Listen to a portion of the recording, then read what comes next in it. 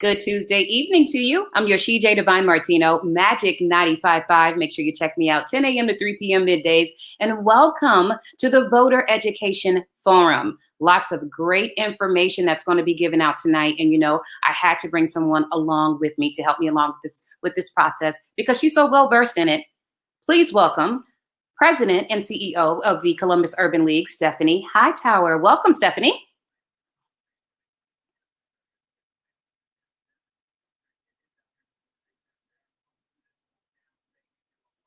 As Stephanie Hightower again. How are you? Can you see me? I can now. Good evening. How are you? You know what, this internet, the digital divide is alive and real in the urban core. It happens to the best of us. So glad to have you join us. A lot of information to be disseminated tonight. So many questions getting very close to Election Day. Can you at least give us the premise of what the Voter Education Forum is tonight? What is this about? Well, the National Urban League put together a campaign basically called Reclaim Your Vote, from protest to power. And so what we need to know and what we're hoping through this education forum is this. Folks need to know the power of their vote, Divine. Then they need to know what's at stake for Black America right now. We're talking about in this election income inequality. We're talking about eliminating disparities in healthcare. This is about the criminal justice system reform efforts and police accountability. Your vote is also about fairness in education. And so really, this is about democracy itself is at stake. And so you're looking at the integrity of the electoral process and voter suppression. All of those things are at stake right now. And so it's our hope that tonight we can educate Black America, Black Columbus, about why their vote is so powerful. Absolutely. And we have a slew of panelists tonight that will definitely give us further information on that. Do you want to bring in the first one? Absolutely. So we're going to start with Stanley Gates, who is here representing the Columbus chapter of the NAACP. And President Nana Watson really has been in the forefront of voter registration, getting out to vote. And so, Stanley, talk to us a little bit about what the NAACP, which is, as she says, the oldest, boldest civil rights organization in the country. Let's talk about what you guys are doing around voter education. So locally, the Columbus NAACP, we've led an initiative called Takeover Tuesday, and that reaches out to our millennials and young professionals that are on social media, specifically Instagram. So every week we have selected community leaders to discuss important issues from gun violence to voting. So folks my age know what resources are available to them and we can get them out to vote. We've recently teamed up with members of the Divine Nine as well, so we can lead into Black men who are an important voting bloc, to make sure that we as Black men have a plan to vote, because we know Black women are going to show up and show out. And so we want to make sure that we are doing everything we can from registering to messaging. So then, folks in the next generation and in the future, they are able to have the tools and resources they need to vote. So Stanley, I was at an AT&T store this weekend, and there was a young brother in there, and he told me he had to be probably in his early 20s. And he said, this was the first time he was going to be voting, right? And so what are you saying to those young Black men and women who are not still thinking about this, their vote doesn't matter? What do we say to them to say it does matter? So, I want to reiterate, Black women are doing the thing. It's Black men that we have to make sure that we are holding Black men accountable, and especially people my age. We need a youth quake. Millennials are the largest voting bloc in America at this time. We are the most populated generation, and we want to make sure that we get out, because so many passed before us just so that we can have the right to vote.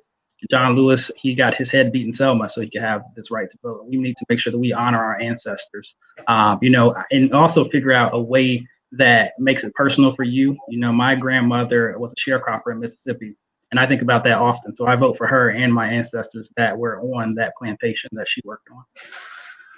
Stanley, I'm loving this energy. I'm loving this young vibe and this frequency that you are on. There are a lot of questions about the a lot of people are unsure about their ballots being able to be counted. How can you basically ensure that you're giving the ballot? So here's the thing, and I think, we're not talking about this enough. The election has already started. Election day is when this is over. And so when it comes to absentee ballots, we have to make sure that we're checking our information if you requested one. And voters have two options. They can wait for their replacement if they got an incorrect ballot, and they can make sure that they wait for it to arrive in the mail, fill it out and return it, or they can vote early at the County Board of Elections. I was up there today, and it took about 20 minutes to get to the front of the line. So the line is moving, and even if you did request an absentee ballot and change your mind to vote in person, you will be required to cast a provisional ballot, and that will be held for 10 days and counted if an absentee ballot is not submitted. So let's be honest, there are many factors that could deter folks from voting. But when it comes to voting this year, we can't scream that Black Lives Matter and be deterred because of an incorrect ballot. When we don't vote, we dismiss ourselves and we're saying that Black lives don't matter. We have to make sure that we vote and show that Black lives matter. But I think it's important here, Stanley, that people understand.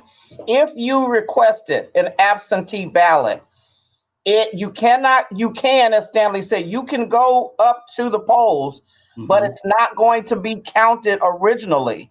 And so what we don't want to do, Black family, is we don't want to give anybody a reason not to count your vote.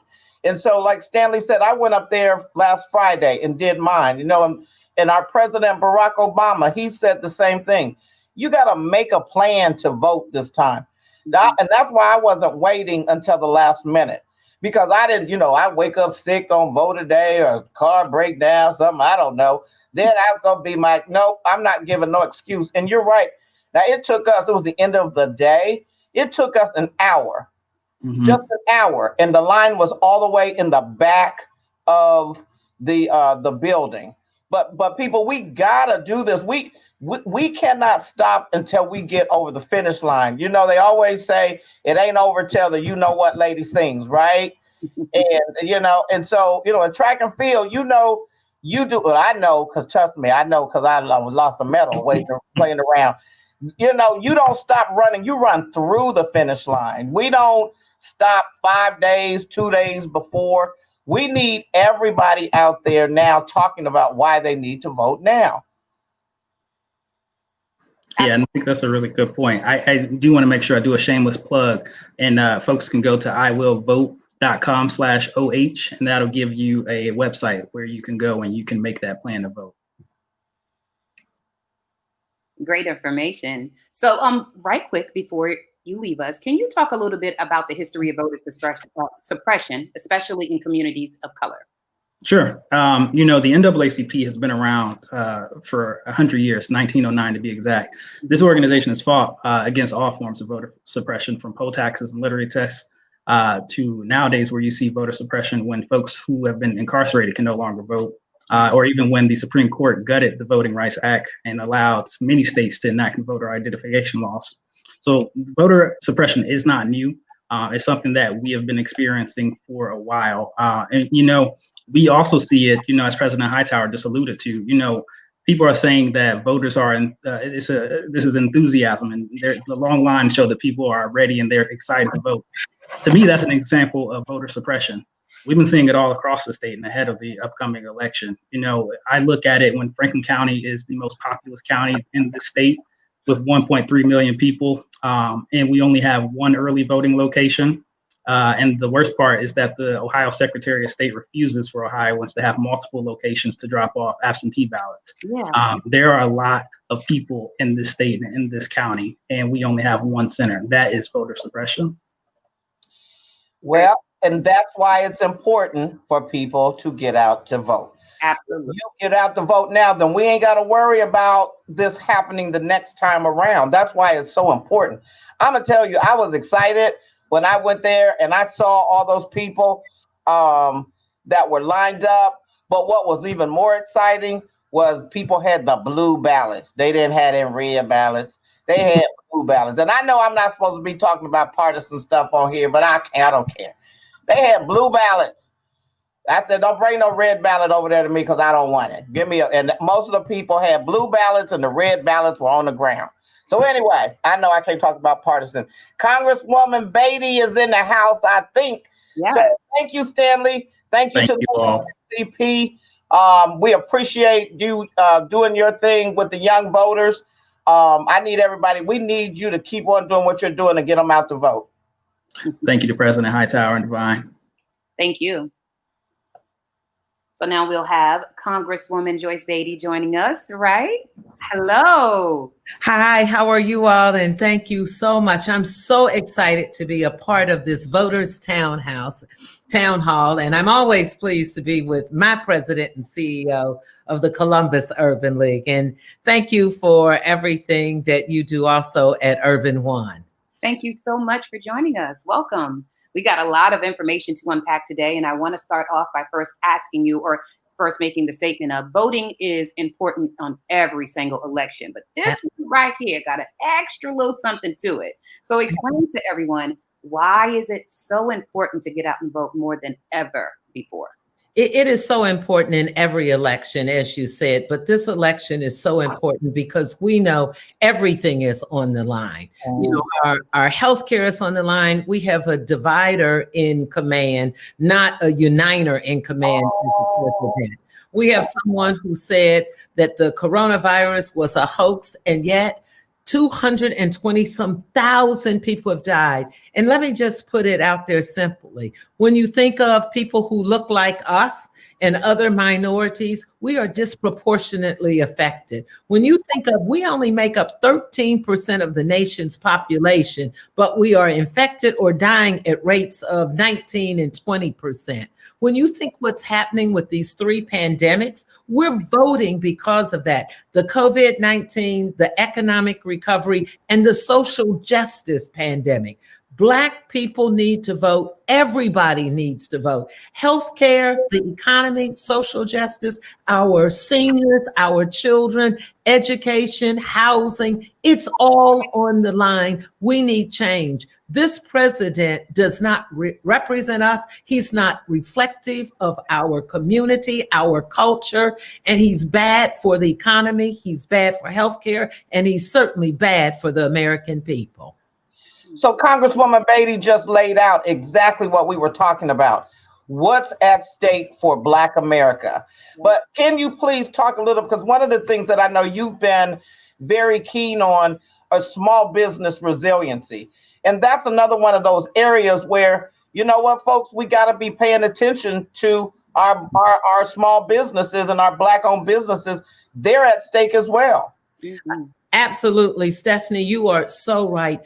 I can remember when we were first talking about the relief packages in Washington, and I was one of the first members of Congress to go to the House floor and use the word barbershop and beauty salons. You know, I wanted to speak truth to power and make people understand it, because when you talk about small business and 500 employees, you're not talking about our businesses for the most part. There's nothing small in my mind. I thought, wow, 500 employees, but what about the businesses with 50 and below? What about the businesses with 5 employees or 2 employees that are in our communities? So I went to the floor and I started talking about 1099s, and I started talking about contract workers and where are they? And let me tell you what happened. When we speak up like you do with Urban One and you do with the Urban League, we get something. So then what happened? We didn't get monies in the first round.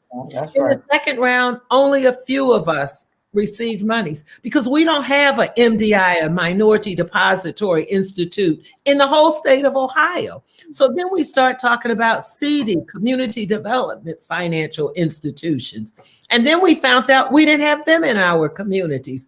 But because we had strong advocacy, we now are putting one together through our very own Urban League. And I was able to bring monies back to put into that for that program. That's what we're voting for.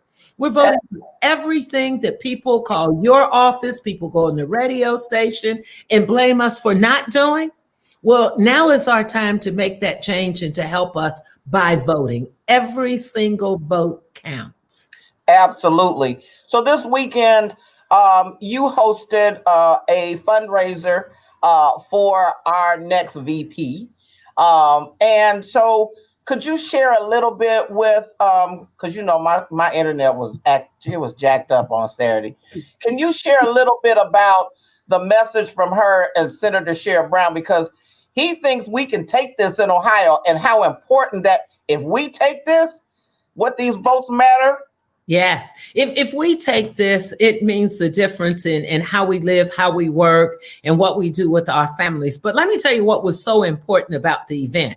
More than raising the dollars, although when we put all of Ohio's fundraising together, we raised almost $2 million. But here's the point.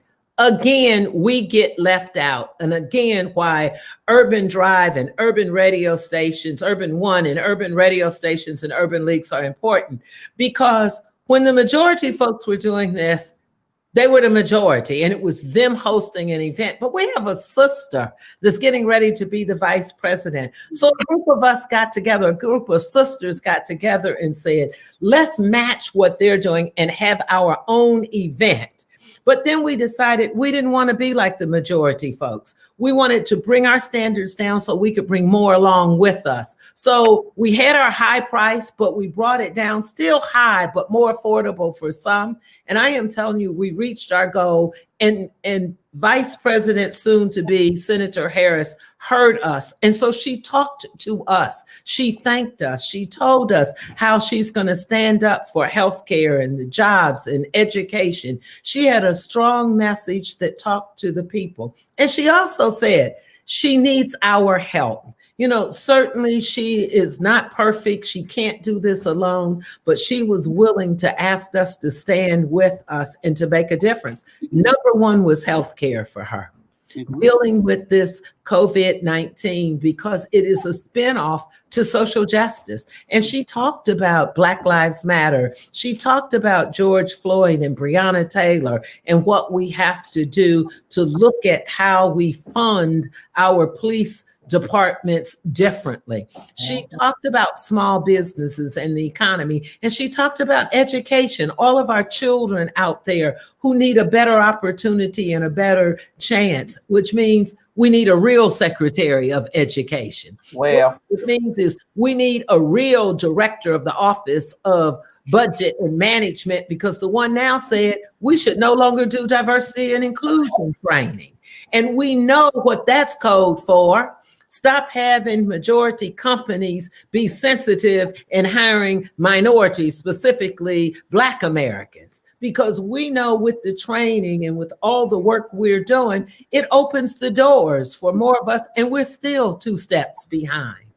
You know, I also did have the honor of speaking with Senator Kamala Harris this week. And yes, those are the things that she definitely touched on. Healthcare was one of the major ones. Also, the Biden-Harris plan for Black America was the second. And the third is making sure that we get out to vote, that none of this can come to pass if we don't do the actual voting. Also this week, the Franklin County Board of Election decided to expand their hours. They've added some hours on, if I'm not mistaken. Did you want to touch on that? Absolutely. This week, you know, we're in the middle of early vote. You can go to the Board of Elections and vote now from 8 o'clock to 6 o'clock, Monday through Friday. You can go 8 o'clock to 4 o'clock on Saturday and 1 to 5 on Sunday. And you are so right. Next week, they have extended it to 8 o'clock to 7 p.m. Monday through Fridays. And then again, 8 o'clock to 4 on Saturday and 1 to 5 on Sunday. So we're going to be out there. I've been out there every day, stood in the rain yesterday, watched people stand in lines wrapped around the Board of Elections. What a good feeling it was that people are voting for their lives. Absolutely. And I think that's the important piece, Congresswoman, what you just said. We are voting for our lives. Absolutely. You know, I hope that all those people who were out there with you protesting back this summer, that they cannot forget why they were out there protesting, why they were being pepper sprayed, why they were doing all those different things, the negatives that came with the protesting. Not the, you know, so we got to help people remember, and that's why it's important to also remember you have, and we have a Congresswoman who is fighting for us in DC. And she never is too big to come on shows like this. Right. She's never too big to go out there in the rain. And I know you know us sister girlfriends with our hair, right? You know we are with the hair. But she goes out there in the rain and she stands up. My hair is showing you that I was out there in the rain. So my real point is this. It's not about that. It's about what we do. I got it, Stephanie, and I love you for that. But let me just say this before you have to move on. And you made me think about it when you talked about a Black agenda.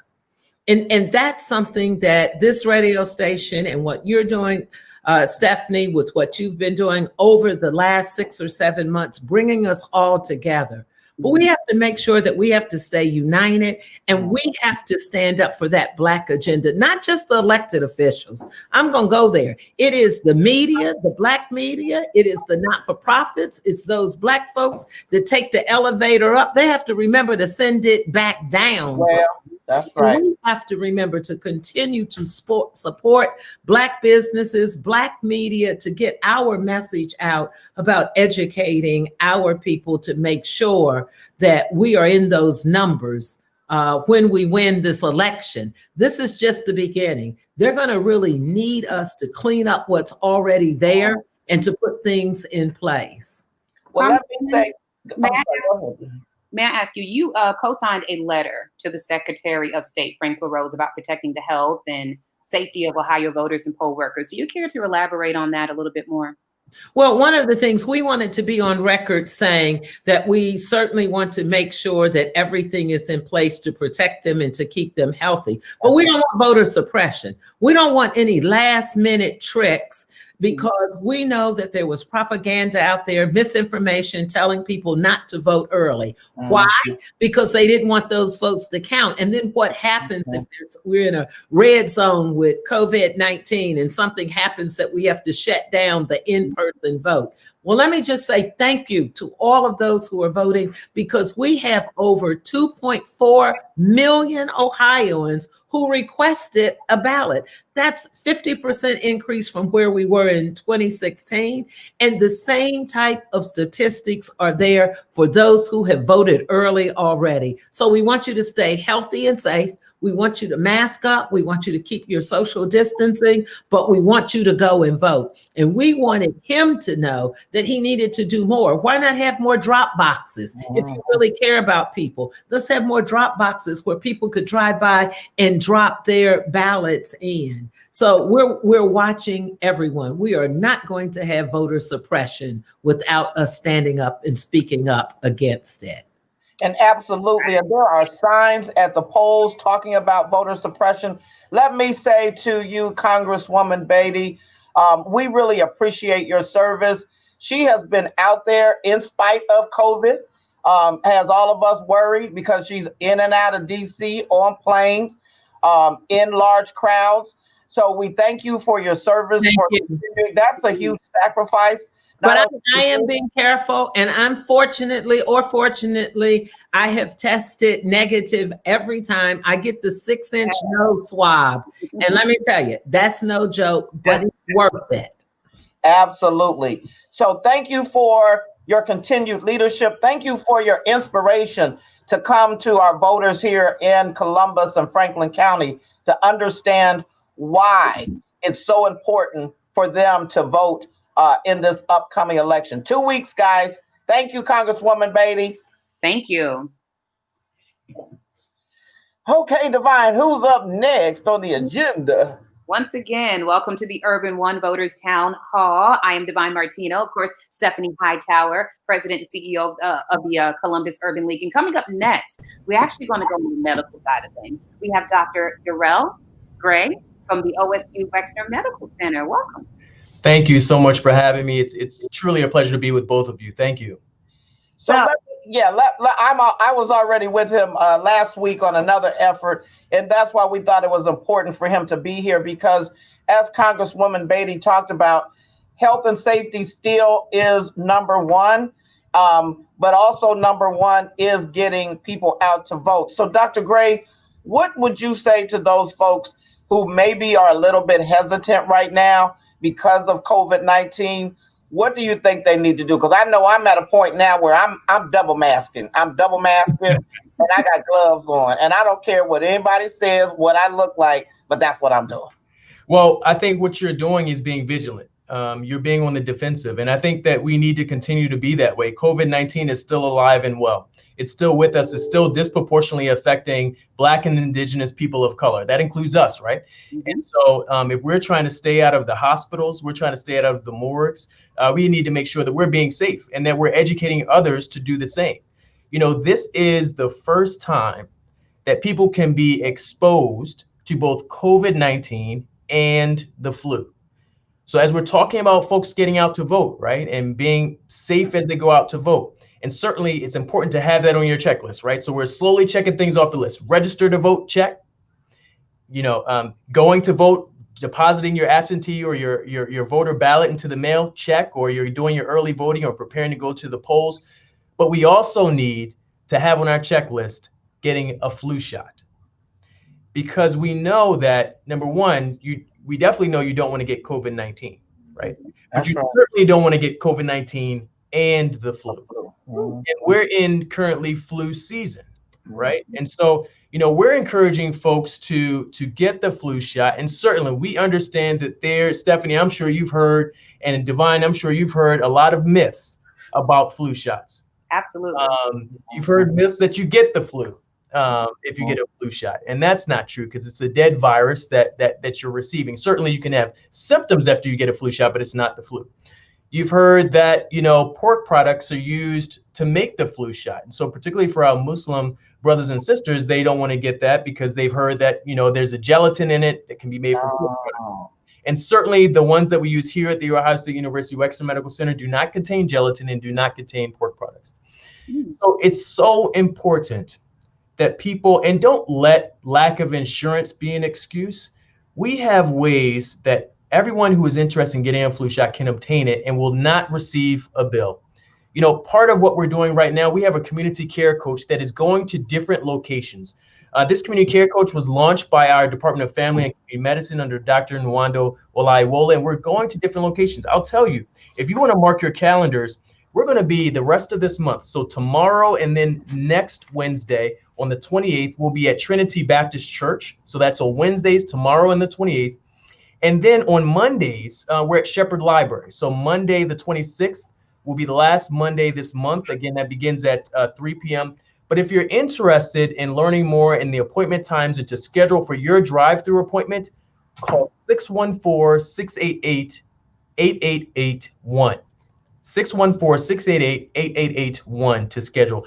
And certainly, as we think about election week coming up, we're going to be offering more opportunities for people to get flu shots that week. And we'll be advertising that on our Wexner Medical Center Facebook page as well. So Dr. Gray, I did go get, after we talked, and I did go to the one site, and I did get my flu shot. And this is my first time because I'm one of those, you know, former athletes. I don't like any type of synthetic drugs in my body. And so I said, after listening to you and how convincing you were about this flu shot and why it's important for folks to do that. So thank you for this word of advice. So let's talk about those seniors, because I know they got some, you know, seniors are our precious seniors we got to worry about. Mm-hmm. What advice and counsel would you have for those seniors who need to stay safe through this pandemic and flu season? But, you know, what are we saying to them? Yeah, absolutely. Thank you for bringing it up, because certainly we all have some senior family members. Most of it has some senior family members that we want to keep safe during this time. And certainly seniors, in addition to those who have chronic medical conditions, are at higher risk for having a severe illness if they contract coronavirus and develop COVID-19. So these are at higher risk for having a bad outcome. And so certainly seniors, you know, especially if you have a chronic health condition, I encourage you to take advantage of the absentee ballot or the ballot, you know, being able to vote via the mail, as opposed to standing out amidst large crowds or going into the ballots, going into the polls if you can. If you do choose to go into the polls, just like I would say if you're going into a crowded grocery store, or you're going into a gathering, or some churches have opened up, or you're going to church on Sunday, I would encourage you to mask up, try to physically distance, carry some hand sanitizer in your pocket or your purse. Continue to exercise good hand hygiene. And yes, we love to see our seniors. We love to see our family members. But if you don't have to be around some of your grandkids who are coming from the daycares and the playrooms with their friends, try to stay away as much as possible during this season. And I know it's not easy. Take advantage of platforms such as what we're on Zoom to see the kids and see the family in a safe manner. But also, take advantage of seniors still. Take advantage of the flu shot. Please talk to your healthcare providers about getting your flu shot. It is very important at this time. Dr. Gray, can you give us the number once more? Yes. Flu shot information. 614-688-8881. That is some real good information. And we thank you so much for your time, Dr. Gray. Thank you. Wexner Medical Center. Thank you for joining us this Thank evening. And let's see, we're going to move forward with Al Edmondson. He's the president of Mount Vernon District Improvement Association and the founder of A Cut Above the Rest Barbershop. Welcome. Welcome. Thank you for having me. President Hightower, thank you for the invite. And Urban One, thanks for the invite.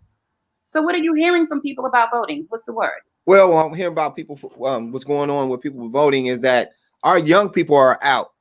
Our young people are out and they're getting out to vote because there's been this myth that young people don't vote.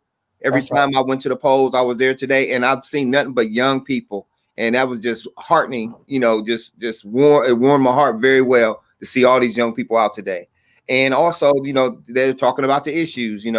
What about the Citizen Review Board? They're talking about Adam H. And people are talking about the issues, and people are talking about what's going to happen after the election, and that's a big concern for a lot of people in our community. No, you're absolutely right, Al, because Al's been one of those community activists for a long time. I ain't gonna say a long time. He's not as long as me. For a minute. Yeah, but just for a minute. And Al is located in the Mount Vernon area and has spent a lot of time with young people. What do you think, Al, is the motivation as you're talking to young brothers and sisters? What is the motivation? What are you saying to them? Why it's important? Why? How do they understand that they have power this time around? Well, a lot of them, their parents are starting to have these conversations with them, and then a lot of the conversations are about, after the protest, what next? And so this is the what next for these young people who we're hearing these conversations with, and a lot of them are first-time voters. And just like my sons, I'm taking my 19-year-old to the polls with me this Saturday to make sure he votes. And we talk to him about the importance of voting. Your vote is your voice. And also we want them to understand that get involved in the process, because when I was growing up, probably when you was growing up, they kind of took civics out. And they have to understand also about the Electoral College vote, because that's very important, because our young people were so hurt during the time when Al Gore and all them, the thing with the Electoral College vote. But now you have to teach them about how the Electoral College vote works. And because, you can win the popularity, but you're still going to lose. And so walking them through the process has been something we've been doing in the barbershop. And one of the things that we're looking at now is planning a civics a workshop in the summertime for our young people. Just so they can understand, to start to continue to build up these next upcoming leaders in our community. And of course, we have a lot of things going on. I collected all those stamps from people started sending in stamps because our post office was closed. And so now we have stamps for people to cast their absentee ballots in different locations. We have it at Edwards Drugs. We have it at Legacy Point in Pondexter, so that people don't have to walk up the street. We also have it at the Franklin County Board of Trade. We have it at the Urban League. And also we had of course, at A Cut Above the Rest Barbershop. And we have it on the south side at Impact. And also with Pastor Lamar at the Family Missionary Baptist Church.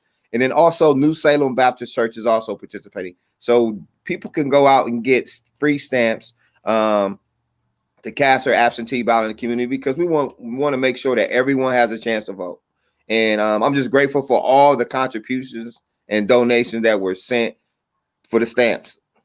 Now that's an important piece. So please, if you are listening, and if you are somebody who cannot get out for whatever reason, all you have to do for us at the Urban League is just call and ask for Patricia at the front desk, and she will put a stamp in an envelope and have it waiting for you at the front desk, and they will make sure security will hand you that stamp when you ring the buzzer to say you're here for a stamp. Because the other part that we didn't mention is that there's also at the Board of Elections, there's a drop box. So you don't even have to go stand in line. All you have to do is have somebody drive up, you put that stamp on that absentee ballot, and you can drop that right in and be in and out within 10 or 15 minutes, depending on the traffic that's up there. So we're trying to make sure folks like Al Devine are making sure we're trying to leave no stone unturned. We want to touch everybody and make sure that they know that their vote counts. And that's the way we're doing it, by something as simple. And people don't take it lightly, and everybody who's talking about, oh, you know what, you can't go buy a stamp. Well, some people can't go buy a stamp. How about that? Right. And you know what? And that ain't your business if they can't go to the post office. And we know they done closed. Did they close our post office, Al? Yeah, they did. They did close it probably about a month ago. It was reopening about a month ago. It was closed all summer. And of course, I'm the whistleblower on the post office, because I think our community deserves to have our post office open. It's essential to our community, and we all know that. And so, got the press on them. Congresswoman stepped up. All our city council and elected stepped up and made sure that we had our post office open in time for the elections. Because when we were starting to see voter suppression in different states around the postal service, that was a concern for me. And I didn't want my community not to vote. And, we're still continuing to make sure that we're building it back up. And then, of course, we have this weekend coming up. We have at New Covenants Believers Church at 2:00. They're doing rolls to the polls to the souls this weekend at 2:00, and they're meeting up. They're doing a big caravan. They're I think they're going to all have flags out and just rolling on to the Board of Election, encouraging people to get out to vote. That is amazing. And we do have comments coming in from the listeners that are watching. We have a question, Andy, that I want to pose to both you and Stephanie and see how you feel about it. The question is, how do we as registered voters eliminate the Electoral College? Yeah. Isn't that a good question? Ooh. Yeah, I think me personally, you just gotta have our senators and our people who serve us in place to decide to do away with it. It's definitely a disadvantage for I would say the Democratic Party, unless you win it. But I think that we have to find a way to get rid of it, or we just take, we got to win and grab those votes. My thing is, you change the rules. I learned the rules. Now, guess what? I know how to play the rules, and I know how to win now. But, it's very important that, again, we have to teach our young people about civics, and how it works. So Al just hit on a really important piece. Okay. If we got to win, we got to know the rules to win, right? All y'all know about every play, football, what's a foul, basketball, what to do this, who, whatever. We need to know the same thing. And so when you're in class and you're not paying attention, when we're talking about civics and we're talking about the Electoral College and you think it doesn't pertain to you, well, this is what has happened when we in school playing. Right. This is what happened. Now we got 45 sitting up there in the White House being crazy. Now we got him being able to tell us that COVID is a hoax, and all of our people, as Congresswoman Beatty talked about, are disproportionately dying from COVID because we didn't want to listen, because you ain't doing what you're supposed to be doing in school. Now I'm talking to you young people now. So we need to stop. We play too much. That's what we play too much. I used to tell my son that. We got to stop playing, because this ain't no joke. This is not no joke this time around. Al, let me ask you this, because I know being a barber is kind of like being a therapist. When they Yeah. sit in your chair, they confide in you, they talk to you. I know the young ones are talking to you. How are they getting their information on their candidates? Are they relying on basically what the media is showing them? Are they digging to find out the actual what the candidate stands for, or are they going off of hearsay? What are you getting? Well, I think it goes both ways. We as barbers, we have influence to influence our customers, to persuade them to vote a certain way, just in conversation, and because we have relationships. And so one of the things that we talked about when we had a forum with Tom Perez in the barbershop, what got Trump elected, because everybody was talking about him in the barbershops and the beauty shops. Guess what? We ain't talking about him now. Nobody talking about We ain't talking about him. We're saying, look at this fool. Can I say that on the radio or live? And so we're saying, look, we need something different. We need some change. We have to continue to work together. We want to, continue to educate our people in the barbershop. That's why we have, on Mondays, we have different conversations, and then we have a barber network, and we try to use our influence as barbers to connect with our customers. Now, and it's bipartisan, and because I don't believe in voting a straight ticket, because I'm looking for the candidate that has the best interest for me and my community, no matter what side they on. If you're going to do right, you're going to do right, and that's just me. So I'm gonna say this, Al. You know what I have to say. I as an independent, and I used to think the same way. But you know what? If you were on that other side of the aisle and you've been supporting all of that craziness that's been going on there, I can't do it this year. I'm sorry. I'm with you. I told you. Yeah. Supporting that craziness in 45 is not, in my opinion, and that's what I want folks to think about. Yes, they may be you don't want to be partisan, but we have to think about long term.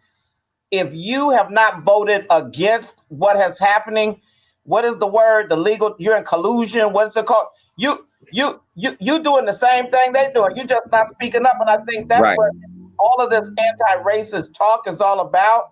You can't just sit and let them continue to do these things and not be a part of it, or act like, well, I didn't vote for it, I didn't say it. You're colluding with them if you're not doing anything. And I can go off, and I know I'm not supposed to. So right. Devon, I'm going to go ahead and stop before I go down the wrong track. But I want to be able to say this as we move on. I think Al hit a really important point. Right. And it's the down ballot issues, too, that right. you guys need to know about. And that's what we're getting ready to talk about now. Don't just stay up at the top of the ballot, right, where the president is. There are some issues that are way at the bottom that will have an impact on the Black community, and we need to talk about those tonight as well. Thank you, Al, for coming on. You're welcome. All right, thank you. Number one barber, being my number one barber, and keep doing the work. I know I'm not gonna say I didn't say nothing. I didn't say anything. Thank you. We appreciate all you do too. Thank you. All right, we're going to bring in Nick Bankston. I believe it's, Nick Bankston, the chair of the Columbus Urban League's Young Professionals. Nick, welcome. How are you? Thank you for having me, Divine. Madam President, good to see you. And likewise. Once again, great to be in your company. We're going to talk about something super important, the Civilian Review Board. What Absolutely. Is the latest? Update us, Nick. Sure. So this November, for the first time in our city's history, we, the people of Columbus, will actually get to weigh in on police reform. So issue 2 will amend the city's charter, which is our constitution, to establish a civilian review board and an independent inspector general to investigate police misconduct in the city of Columbus. Why is this important? I mean, this is important because I think we saw what happened with George Floyd, and we can name countless folks here in Columbus as well. This isn't a foreign thing. But what happened with George Floyd, as we all know, especially in the Black community, was just the tip of the iceberg. We have had systemic issues with policing, systemic racism within the division of police as well. And the time is now for us to hold our police officers accountable. This is our moment for real change and real reform. When we think about the protests that happened, and what the National Urban League is saying, protests are absolutely necessary, but we also have to have action that comes after that. So this is a way for us to say all of that those that sacrifice their bodies on the front line. Now we have a way to say this is the change that not that we're requesting, but that we are demanding. So Nick, for me, this civilian review board is really, to your question, Divine, this is about police accountability, right? Mhm. That you just can't, just because you wear a badge and you carry a gun, that you can go around here being crazy, doing whatever you want to do, and especially to Black and brown people, that there's not a level of respect, that you don't feel like Black Lives Matters. So talk about why this reform issue on the ballot will help hold police accountable. Mhm. So it'll do a couple of things. One, what we've heard from the Urban League, NAACP, so many all that have called for this is a civilian review board that one has subpoena powers. So the ability to subpoena witnesses, to subpoena documents in a case, but also two, with an independent investigator such as the Inspector General, will be able to do independent investigations outside of the division of police. And that's the most critical part. What we have now, President Hightower and Divine, as you both know, is the police investigating the police, right? And so I believe that if we say that we have a police department that has the best training, that's world class, then they should be willing to go in front of a civilian review board and defend their training tactics. So that's the really critical part, is that this will open up basically another avenue for transparency and oversight that currently isn't there. And it is a decision, a recommendation that will be coming from our fellow neighbors and residents, and not necessarily from a prosecutor or police officers.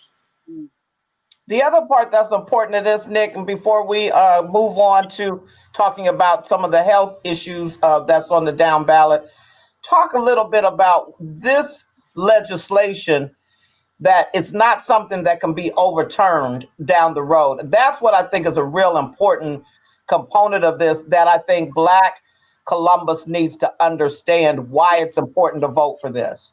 So you're absolutely right. Going to the voters, putting it in the charter, basically puts it in our city's constitution, meaning it cannot be taken away from us by some other mayor or council who may not be necessarily fans of police oversight. They would have to come back to the voters to get rid of this thing. And that's why it's so critically important. Also, President Hightower, as you know, the Fraternal Order of Police, which is the police union, their contract is up this year. And we, for the first time in our city's history, will have a voice at that table. By us voting yes on this, we're sending a signal to the FOP that accountability is not just, again, a request of ours, it is a demand. And so we understand that we believe in collective bargaining, we have to negotiate those things. But at the end of the day, to your point, this is locked into our Constitution if we pass this thing, and no other politician will be able to take it away from us without going back to the people. There you go. That's the important part, Divine, that I thought we really. And let me say this, and I always say this and preface this: all police officers are not accountable, and especially we have Black and brown men and women who are out there protecting us and serving us. Okay, they are protecting and serving us, but we still need to make sure. Look, I get held accountable at my job. Divine gets held accountable at her job. Nick gets held accountable at his job. So police need to be held accountable too. End of discussion. And I would say too, President Hightower, this is about rebuilding trust. At the baseline of our interactions with government and police is trust. And so what we have to do is put in a mechanism that reestablishes that, but also, to your point, that puts accountability in the hands of the people. The systems that we have in place right now are not the most transparent, and they're not the most accessible. So really, this is, to your point, is not about demonizing police officers. Right. This is really about making sure that we have true oversight and that we begin to rebuild that trust in our division of police, so that when an incident like George Floyd may or may not happen here, we have something in place that we can say that we trust the system. I'm also hoping that I see from our younger people that we have more police officers of brown skin to police our neighborhoods. Someone that may have more of an understanding of what's going on, and the reaction may be a lot different. I am on the fence about what they're trying to do with having therapists or whatnot go to calls with them. I don't want to put anybody else aside like a line of danger or whatnot, but there has to be some more sensitivity training in the reactions of these police officers in order to stop some of what's going on. And we appreciate you, Nick Bankston, once again. He is the chair of the Columbus Urban League's Young Professionals, talking about the Civilian Review Board. Nice to see you once again. We appreciate Absolutely.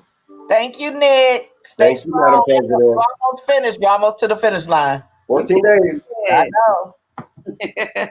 And next, we're going to bring up Dr. Kevin Dixon, Vice President of Community and Cultural Engagement. Welcome.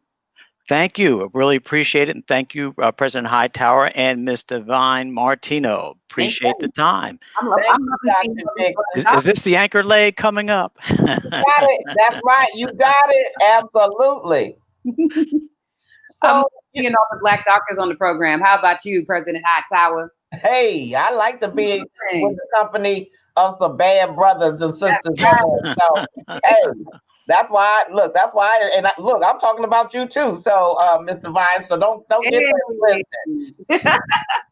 So Kevin, let's go ahead. This anchor leg here again.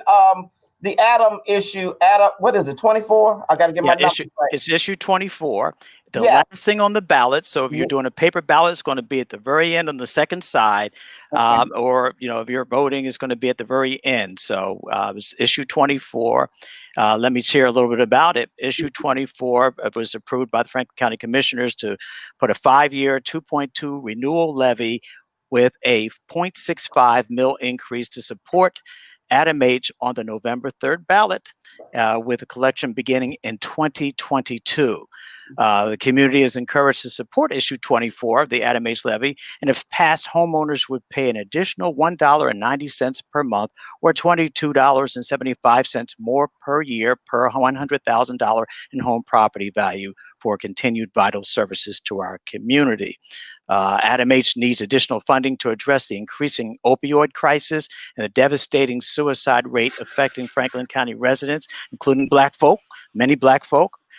Dollars invested now will save our community later. This pandemic is also causing a significant increase in anxiety and depression, and folks are suffering. And you see the increases in the use of opioid overdoses and overdose deaths. It's happening in our community. It escapes no one. So really, this millage small increase is the first time we've had any increase in the past 30 years at Adam H. So we are actually making less money now than we did 30 years ago because of that. But the need has grown dramatically, and we've seen a 72% rise in the need for services since 2014. So it's, we're starting to see the peak, and it's striking all of our kids. We have services in all of our 16 school districts. We have summer camp programs. We have the Urban League as one of our providers, the Stellar Urban League, and many other programs that are serving the African American community. So Kevin, here's what I think is an important piece here, because we're getting ready to wind it down. We know that the pandemic has caused a lot of mental health issues. Right. But let's also talk about the fact that Black people watched the tragedy of George Floyd and the years of systemic racism that we endure, and how that does have some, we got issues. Black people, we got issues when we watch that. Can you talk about why Adam and this issue 24 is important to helping us with our mental health? So many of us, being persons of color, have been impacted by trauma directly, as well as secondary traumas, what we witness and we absorb ourselves through others. And this trauma is something that we have to deal with. And I was just on a call yesterday with an OSU researcher who's looking at how it increases our heart rate, our blood pressure, and she's looking at issues of cortisol that makes our systems move a lot faster than what they should be. And they're able to determine how much trauma you've been impacted by looking at a strand of your hair, looking at a 3-month interval, by looking at the hair. And so we're looking at the possibility of partnering with this research initiative because she's focused on mental health and the impact, the long-term impact. The ACEs, the adverse childhood experiences that we suffer pre-birth through our entire lives, has a devastating impact on not only our physical health, but also our mental health. And we can almost determine if you have a high ACEs score, whether you're going to abuse substances, whether you're going to have depression, anxiety, physical health care problems. This stuff is known and we have to deal with it. So this is also trying to bring together a lot of our provider networks to provide the supports we need in our community on a daily basis. And we should not, stigma is big in our community. We've got to get over it. We need help. You need to reach out for help. We have an emotional support line that's 24/7 that you can call. We have crisis services, suicide prevention services. These are really critical. 276-2273 is again 614-276-2273 is the emotional support line. You can call anytime and speak to a licensed social worker. These are the things we need to start doing. We need to talk to each other, support each other, love each other in this environment. Dr. Dixon, what would you say to family members that may have a person in the throes of addiction right now? And it's extremely stressful and they're probably leaning on that drug very bad. On Monday mornings, it's kind of a cringe when you look at the TV and hear that the Franklin County coroner has announced 8 deaths in the past 24 hours because of fentanyl being mixed in opioids. Like, what can you say to families or a person that's an addict that's watching right now that's helpless? They're feeling help is out there. It's tough when we're socially isolated and socially distant, and we just have to make sure we connect with those individuals who are struggling. Let them know that you care, and then offer them resources to get some support. Also, the Narcan kits we're administering free to the community, medication disposal bags, anything we can do. I was just on a call with the coroner today, and we talked about it with the Franklin County commissioners. It's a struggle, but we have an opportunity and we have to be vigilant. Educate yourself. Go to www.adamhfranklin.org, which is our website, for more resources. And then we have a list of our providers. You can bring a speaker out to a faith-based institution and have Sunday service, but also talk about the problems that we're having. We can provide those for you. We do mental health first aid that's free to the community, and that's through Mental Health America of Franklin County. It's an 8-hour, one-day course, and family members get educated about mental health and substance abuse disorders. Thank you, Dr. Dixon. You know, again, mental health is real. Issues are real. I love the fact that you mentioned that stigma that's still attached to that, to our community. That's why issue voting yes for issue 24 is so important. Critical. Don't act like you don't have people at home that have drug and opioid and drug problems. Don't act like you got folks that have some mental health issues that they could possibly be bipolar and it hasn't been diagnosed. Yeah. Don't act like we don't have trauma from racial inequities and that then deals with, as Dr. Dixon talked about, why we have high blood pressure, why we have diabetes, right? Why we have strokes early. All of those things play a big part of this. So thank you, Dr. Dixon. Thank you both. For everybody listening to issue 24. Before we get off the air tonight, and I know we're winding down, Divine, I think it's important that, you know, this education forum tonight was the result of, I put a call out to some folks in the community. I said, we got to put this on the air. We got to educate our people. And so let me say thank you to the Franklin County Commissioners, to John O'Grady, to Marilyn Brown, to Kevin Boyce. They put in a big chunk of change for us to be able to do this work. We also had individuals like Larry Price, Adam Troy, Lark Mallory. They put in dollars to make sure that we can educate folks in this community. Charles Hillman at CMHA, he's got a huge population of folks. John and Pamela Gregory at National Center for Urban Solutions. And then Autumn Glover, who runs PAC. That's why Dr. Gray was here tonight to talk about safety and going and getting to the polls. And then your Columbus Urban League, you know, we those economic first responders since, you know, late March. And we're still here to assist with job coaching, restored citizens. We got learning centers for our young people. If you need to go during this time when school's not in session, we have our Head Start programs that we're also implementing. We're doing housing stabilization. Don't let that landlord kick you out. We can still help you and make sure. And then our small businesses, we're still trying to hustle and get some more money so we can make sure that our small Black businesses stay open. So I just thank Urban One for, you know, standing up with us, Divine, for you being that soldier and that advocate in your work and leading us through this conversation tonight. Thank you very much. And I want to remind the audience to like, share, comment. You know, you can still ask questions and we still will follow up. Also, make sure you go to vote franklincounty.ohio.gov for any information. And early voting is going down right now at 1700 Morse Road at the Franklin County Board of Elections. President, CEO Stephanie Hightower of the Columbus Urban League, thank you. Thank you. I'm your CJ Divine Martino, and welcome once again to the Urban One Voters Town Hall. It's Magic 95.5.